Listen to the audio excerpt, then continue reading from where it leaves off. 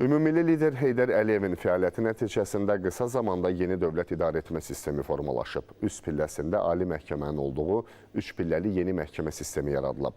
Ali Konstitusiya Ədalət Məhkəməsi orqanı olan Konstitusiya Məhkəməsi təsis olunub. Azərbaycanda dövlət institutlarının müasirləşdirilməsi və gücləndirilməsi istiqamətində uğurlu tədbirlər həyata keçirilib. Bu fikirlər ADA Universitetində təşkil olunan Bugünün hüququ, sabahın hüquqşünası adlı konferansda səsləndirilib.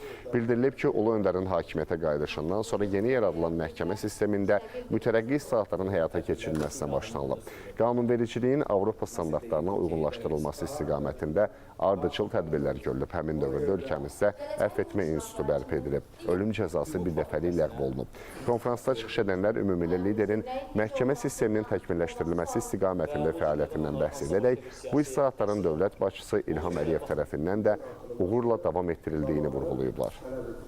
Sonraki illər əlbəttə ki, Ulu Öndər parçalanmış, hər sahədə tənəzzül yaşayan Azərbaycandan 90-cı illərdə bugün dünyanın ən qüdrətli, ən inkişaf etmiş ölkələrindən biri olan yeni Azərbaycanı yarattı.